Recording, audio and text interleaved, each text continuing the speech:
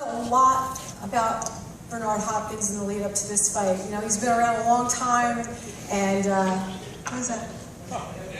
He's been around a long time, and you know, he knows how to get your attention. That's how he does. I learned a lot about him in this fight, and some of it came when I read the ESPN magazine body issue. You remember that, right? That's cool.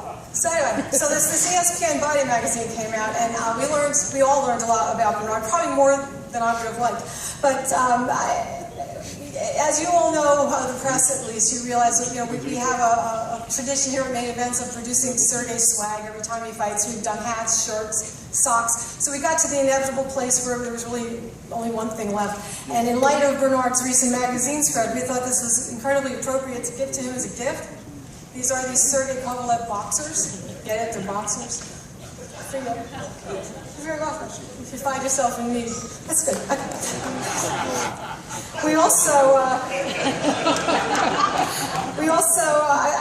I also learned something else when I read the latest issue of the New York Times Magazine about Bernard. He is, of course, a follower of the great Sun Tzu, and you know what? Believe it or not, so am I. He is my favorite author. And I got to say, Sun Tzu, he wrote the book on the art of war, and he got me through some tough times. One of them, I'll just give you out gratuitously because it's one of my favorite quotes. If you wait by the river long enough, the bodies of your enemies will float by. And I am proud to say that I've got to watch quite a few of them, more than I ever thought I would. He also explains why these two great warriors would take this fight eons before they were born. He said, never venture, never win. And that's why we know they're both going to be winners. And as we all know, Bernard, more than anyone, knows that the supreme art of war is to subdue the enemy without fighting. And that is the area where he clearly excels. And he could have written his own book about it, probably. But I'm afraid, Bernard, you may not have been studying hard enough. There were comments this week about how I think it was John David Jackson couldn't teach him to win this fight because he failed the test or something. And yet, Bernard, you forgot that Sun Tzu said, one may know how to conquer without being able to do it. And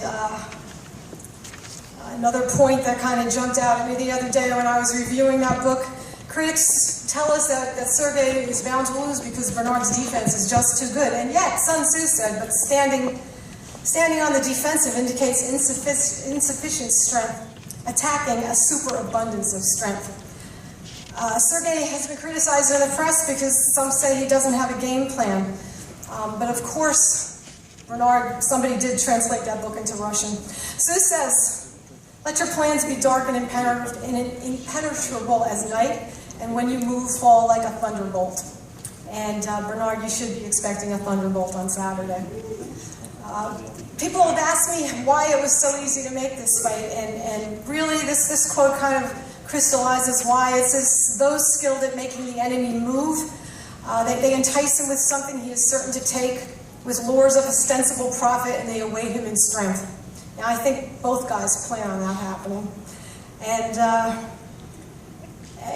but having said all that, while the art of war is about winning before the battle starts, I don't believe either one of Saturday's combatants have managed to subdue the other without fighting. And my experience tells me when that happens, that means that on Saturday we are really going to have a fight. And in the end, there's one thing I'm sure of. As Sun said, as Zeus said, Sun, my friend, we're on first name basis now.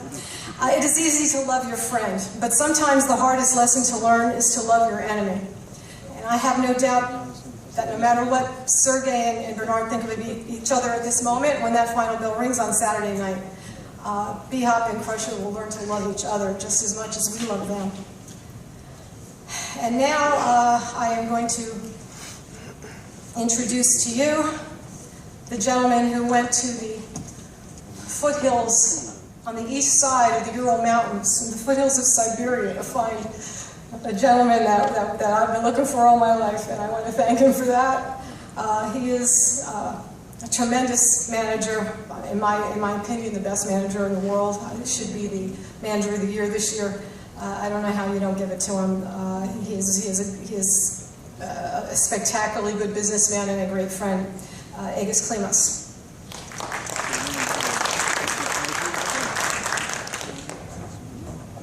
Thank you, Kathy. Good afternoon, everybody. Welcome to Atlantic City. The moment, finally, this moment is happening. We can already start counting hours. How many hours left till the moment, until the two greatest, and I mean really greatest, the best fighters in light heavyweight division in the world are going to stand up in the ring. Then we started with Sergey, professional boxing. We only can hear stories about Bernard Hopkins. We never thought it can happen because we were so behind this great legend boxer. But as I say, we can start hours now until it's gonna happen. I wanted to thank Bernard taking this fight. He could choose a completely different, easier road to show he's a really champion, really good fighter, but he chose the hard way to do it. I wanted to thank Golden Boy Promotions for putting this fight together, HBO, Caesar Palace, Bally's of hosting this fight. I wanted to thank media for letting all world know about what's going to happen on November 8th. I wanted to thank our promoter, Duva, for taking care of Sergey and our team. I wanted to thank Sergey Kovalev, Krusher, team, trainers, sparring partners who participated, who helped for this bout. And then I say team, I just didn't mean the trainers and the sparring partners. I mean all the people came to support from all the United States, from Russia, from all over the world to support Sergey.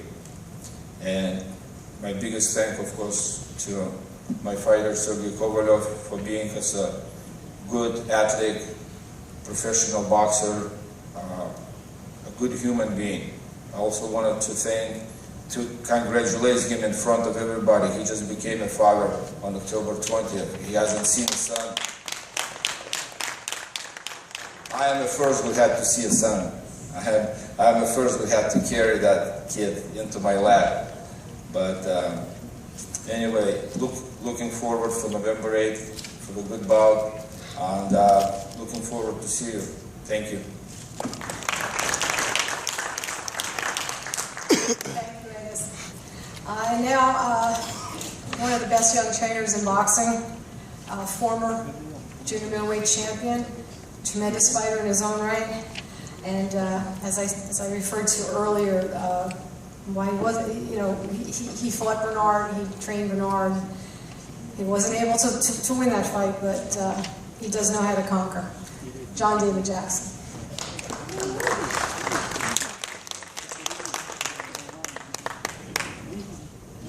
It's a pleasure to be here once again in Atlantic City. I want to thank all those that came out for this press conference. This is good to have Mr. Hazard back at the helm once again. I used to watch him as a kid with his referee, and then as a commissioner of the Atlantic City of New Jersey. I want to thank Golden Boy and Main Events for putting this fight together. It's a fight that the fight fans want to see and they need to see. It's fights like this that keep boxing alive. You have this young man here, he's an old veteran warrior who knows the game. He is a master teacher, and then you have the young lion here who wants to take the old man's title. And it's a fight that people need to see in boxing, and it's a fight that's intriguing. Can the old veteran retain his title, use what skills that he has left to offset what the young lion brings to the game? They could have chosen the fights instead of this fight here. But they're two gallant warriors, and they want to fight each other, and that's what boxing means, fights like this. I'm not going to talk about anything else. I respect this young man here for what he's done, he's accomplished. He's a hell of a fighter. I respect this young man for what he's accomplished in his young career, and he's going to go on to bigger and greater things. So, I'm going to leave the talking is done. All the stones have been unturned, all the fight planted together, And I just want everybody that can't see the fight live, watch on HBO. It's going to be a very good fight, very entertaining fight, and it's going to be one that the fans really enjoy. Thank you very much. Thank you, John. And now the man, the new dad, the WBO light heavyweight champion of the world, the man with one belt who is going to enter that ring with one belt and plans to leave with 3. While there's no doubt Bernard Hopkins is a great, great fighter, all great things must come to an end, and this is the man who is here to do it. He has earned the name Krusher by stopping most of his opponents early in the fights. He is an electrifying presence in the ring, and I have no doubt that he is going to give us a show on Saturday night. Sergey Kovalev.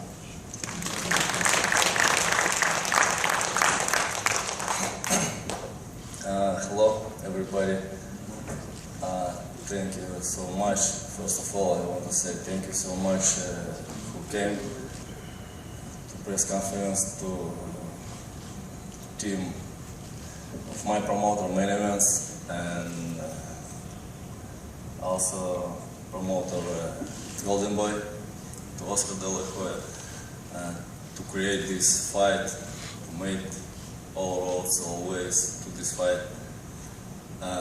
This is a huge fight in my career, in my life, against Bernard Hopkins. Bernard Hopkins is a legend. He's professor of the boxing. He's professor of professional boxing. And this fight dangerous for me, also how fight dangerous for him, myself. And November 8th on HBO in Atlantic City will be a very great show, very interesting fight, and I hope that this fight will be very fair, very clean, and very honest. Thank you so much again to everybody, and welcome to Borla Hall Arena, and welcome to HBO.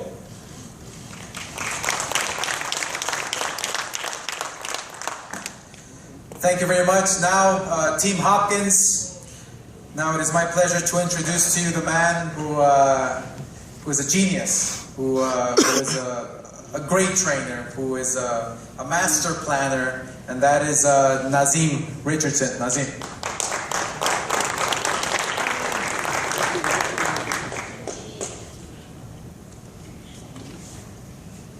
Assalamu alaikum. I'd like to thank everybody coming out and congratulate this young man on the birth of his child. Nothing greater than that. For everybody showing up, asking his kind words. There's not too much we can say about Bernard Hopkins that hasn't already been said. I mean, you know, you've been around a long time when you got Kathy Duva throwing draws at you.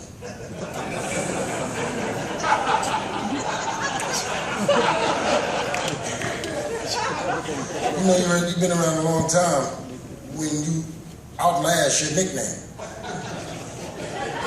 I mean, for real, we're going to have to think about this. In my opinion, this fight puts the alien in the Hall of Fame. The execution is already in there. But this is a special athlete we're looking at. And like I said, we have a tendency to say he's the oldest champion in boxing. This man is the oldest champion in any sport. This is why he's one of the greatest athletes that's ever lived. We can't even reduce him to boxing anymore. He's no longer just ours. You know, and what we have to look at and we have to expect Saturday is Krusher Kovalev. I've seen some of his fights, and this kid punches exceptionally hard. When people ask, what's the danger, what's this, what's that, this kid punches exceptionally hard. You know, he's a talented athlete when it comes to that. I've seen this man face punches before. I've seen him face boxers. He's faced everything except for Fan Man falling out the ceiling. So Saturday, I tell you to come out and see one of the greatest athletes of all time. Bernard Hopkins, the alien, the executioner, B-Hop, whatever your favorite segment was during his career. This is a special athlete we're looking at. And what I don't want, and I beg you, Sunday, I don't want anybody to declaw or defang or de-wing Kovlaev. I don't want to hear all of a sudden it was this and he wasn't that and then it was a mind game. I don't want to hear any of that. Yeah, he hasn't fought anybody yet, and Bernard was just too wise for him, or there was a period of time where we thought Bernard stepped on his toe. I don't want to hear any of that. Y'all watch this kid, y'all say he's a killer, y'all see he's a killer, y'all see the information behind him is genuine. So there's absolutely no excuse for this man not to come out and do what he has been doing. It's what he's supposed to do, it's what's expected of him. And anything different from that is less. Kovalev is a killer. You see this kid step in the ring, you see a back step, something went wrong. Stop.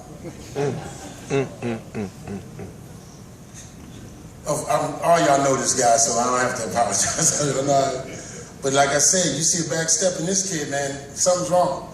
Because he don't do that.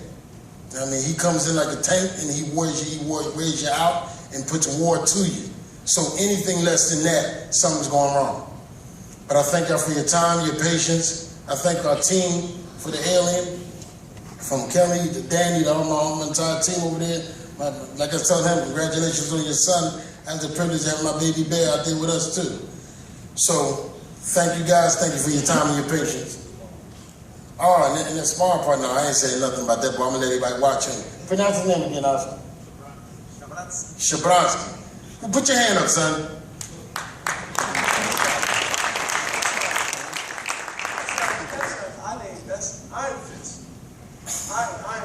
Y'all watch that kid Saturday. He's a beast. All right, and don't forget to sit down in the bar. Thank you for having me. Thank you very much, Nazim. What can I say about a legend, a living legend? He is the current WBA and IBF light heavyweight world champion. He's obviously a future Hall of Famer, shattering records left and right. One thing about Bernard Hopkins is talk about perseverance, talk about never giving up, talk about fighting for what's right. You can go on and on and on about Bernard Hopkins, of what a perfect example of an athlete that he is. Hopkins breathes and sleeps and eats boxing. That's what he does. That's the difference between the fighters and Hopkins. Hopkins is in a class of his own. Hopkins, we're never going to see probably another Hopkins in our lifetime inside the ring. That's how special he is. And I'm not just saying that because he knocked me out, I don't know how many years ago. But that's who Hopkins is. 2006. Thank you. 2006. He makes you believe. There's something about his psychological game plan that it puts you in a trance. It changes your psyche. It does something to you that, I couldn't, it caught me by surprise. It caught me by surprise. And so, but that's what Hopkins is. We know he's a physically strong and fast and agile and everything. We know that about him, but here, there's nobody like him. There is nobody like him. So my experience being and having the privilege to step into the ring with Bernard Hopkins, it's an experience that you can't prepare for. It's an experience that it is impossible to prepare for, because you're gonna go fight. You're gonna fight Hopkins, yes, but how are you gonna deal with his brain power? With with his mind. How are you going to deal with that? With his plan A, plan B, plan C? I mean, those are all the questions I ask myself after the fight, you know? He has plan A, he has plan B, he has plan C.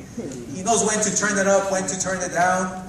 Everything is calculated, and that's what makes him great. So let me introduce to you, without any further ado, and he's breaking records left and right, and everybody knows the defenses he's made. That is amazing, historical. Again, we're never going to see it again. Let me call up to the podium a living legend with a record of 55-6, 32 knockouts out of Philadelphia, Pennsylvania, Bernard the Alien Hopkins.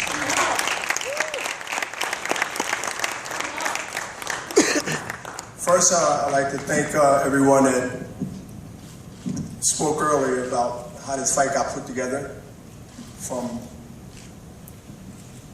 the officials and everybody from Atlantic City, and also the fighters that made this fight happen and the promoters that made this fight happen. So I don't have to go over those names or anything because it was already mentioned 2 or 3 times. So, but one thing that I want to start off saying is that this is not in the Sinzu book that Kathy Duva, not Diva, but Duva. I always think she's Diva. She's in a sort of called the man's sport, but she held her own. So I think out of respect, I call her Diva, but it is Duva. At the same time, one thing that's not in the Sinzu book, as I should get back to that, I was told by a wise lady, Shirley May Hopkins, my mother, late mother, said you never argue or debate with a woman.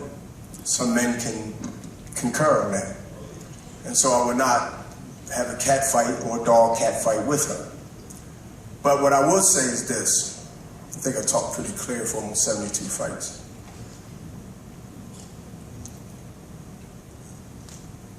When I hear or read or ask a question about you didn't have to take this fight, you could have took any other fight. Have y'all really paid attention to my career? See, I fear Allah. And I respect all religions. I don't care what politics you might have on your side. I don't care who's sitting at your table, who's not sitting at your table. I went against the grain. When you deal with a man, take the champion and put him to the side. And you're dealing with a spirit that I carry with me from personal life to here. All that comes in the ring and it comes together and it comes in my life. An opponent, whoever it is, fast, slick, puncher, no puncher, or all above. You gotta face all these intangibles that I bring to the ring. This ain't about just being an athlete, a sport, a boxer, or whatever it is. It's something separate that attached to what I do physically as my occupation, who made me who I am in sports. But as a man and who I am has been there from 1965 when I was born January 15 on King's Day. I've been special ever since. And so when I hear this rhetoric and I hear this stuff from human beings, y'all humans, because you know I'm an alien. It doesn't surprise me because I know y'all don't know me. And that's why the question is, you didn't have to take this fight, why is he here, why is he... Y'all must don't really know me. Unless it's a soundbite, then I can go ahead and give you half of you didn't know. I can give you 100% to let you off the hook. I want to acknowledge Yuri Foreman, who's a good pioneer in boxing in Jersey. Be disrespectful for me not to say salute you. Also, you have as I see, because my eyes are still good, I do scan the floor before I even walked in here. I know the ring like I know this building. And that's not because I've been here multiple times, just I believe in being very observant. And I believe in looking people in the eye. I believe in looking people from their feet to their head body language, the whole 9 yards. But at the end of the day, Kathy Duva said one thing, and we're going to fight, and we understand that. I understand that. War is war. Abel Sanchez, that's why I say my eyes is good. He understands my thinking. He's been there twice. He also had him really early in his career. So anything that he might or might not, I'm not accusing him, he can give us some advice. I hope he's a good one. Or he better be hope he's a good one. I don't mind putting my wits with anybody's wits in the game of boxing today, because I've been taught and trained by a lot of great fighters, some in the penitentiary. The late great Boy Fisher, who probably will never get his due. The Nazim Richardson, who's been with me 20 plus years. The Smokey Wilson, who was my mentor in Greater Forest State Penitentiary. Many of y'all done stories or read a story about him. See, I am strange to y'all in a way that not as strange as something strange about me, but y'all are curious about how I can do it, but I'm telling you, I know y'all just don't know me. And that's cool. John David Jackson says to everybody that he talks to, from my, allegedly, what I read, he knows everything about me. Well, Kovlaev, Sergey is the student. Let's just deal with logic here. It's education right now. This ain't rah, rah, rah. I've done that already. I've been through that in my career already. I've been through all this. I'm so calm and relaxed now, but I still got that hunger to prove. I just don't have that stage of fighting the system. See, when people say you fight in Atlantic City, I'm gonna get back to John David Jackson, but when people say, well, you fight in Atlantic City, this and that, there's no favor. When people, they try to put this deception in the air, as Sergey said, this is a fair fight. You the Krusher. You make your own fair fight. See, that's what I was born from. See, when people try to sit sound bites and innuendos and what they call sublines, and they try to put seeds out there, and I just want it to be a fair fight. I'm the Krusher. I'm killing everybody. I'm knocking everybody out, but I just want to see a fair fight. What are your deception you're trying to plant that seed? See, psychological warfare, trust me, you would never win.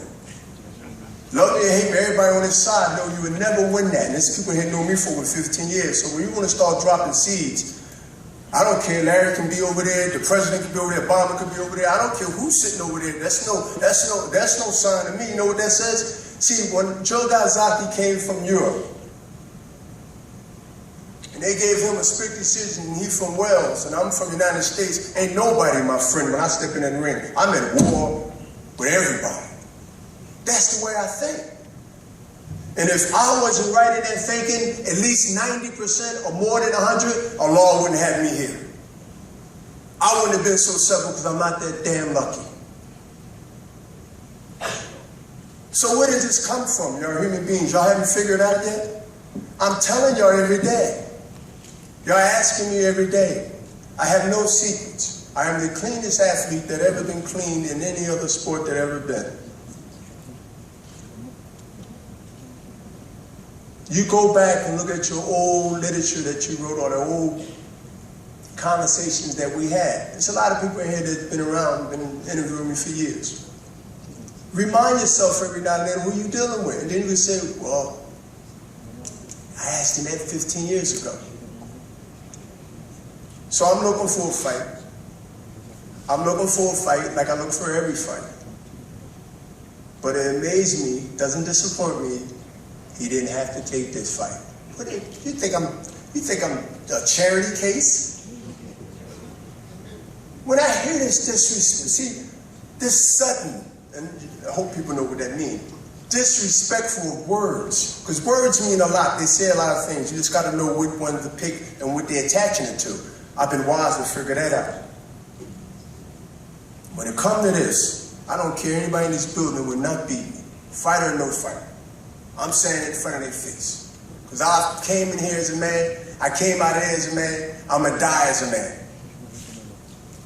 When it comes to this, strong willpower and my work ethics and who I believe that got my back, even when y'all run like roaches in y'all little corners and talk amongst y'all political world, he watching me. And I'm going to get you anyway, in time. That's why I've been here. Until y'all understand that, y'all atheists. Until y'all understand that, I'm gonna send y'all to your grave, because a lot of my niggas been dying in the last 15 years. That motivated me so hard to stay on top. They said, where you gonna be motivated now? Allah are making these people disappear, Nazim. Allah are making them drop dead. Now the teacher knows more about Bernard Hopkins than Bernard Hopkins knows, but the teacher flunked the test, John David Jackson. The teacher, I'm assuming a lot of people here have kids. Wait a minute. Wait a minute. I'm not fighting John. Don't take a punch, John. I'm just trying to make a point before I close here, because this is really profoundly ignorant. To be able to sit and disrespect your thinking and education, to understand that here's a guy, that John David Jackson, right?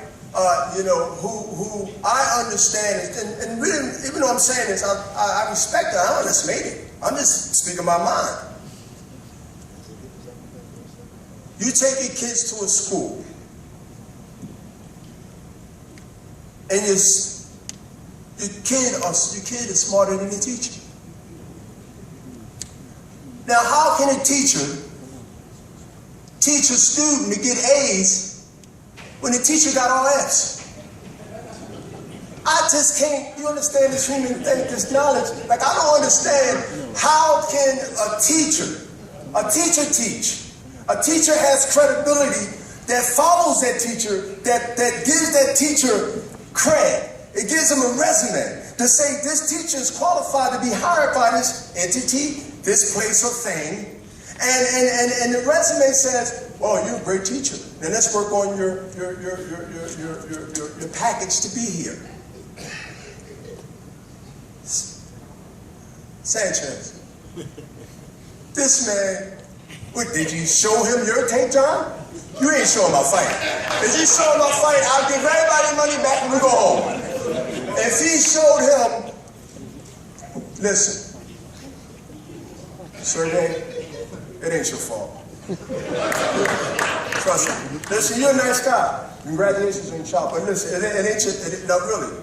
Listen, listen.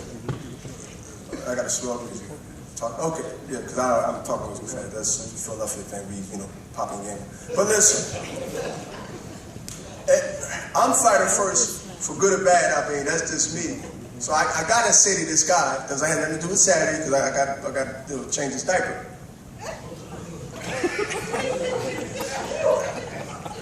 That probably wasn't a good time to, but anyway, listen. It ain't his fault. That what's going to happen Saturday, it ain't his fault.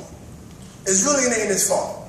Because he want to do what every fighter and athlete wants to do. You want to pit the best up against the best. Hey, every athlete that I ran into, from basketball player to football player, they want to fight the best. I'm not going to be in this game fighting nobody, y'all.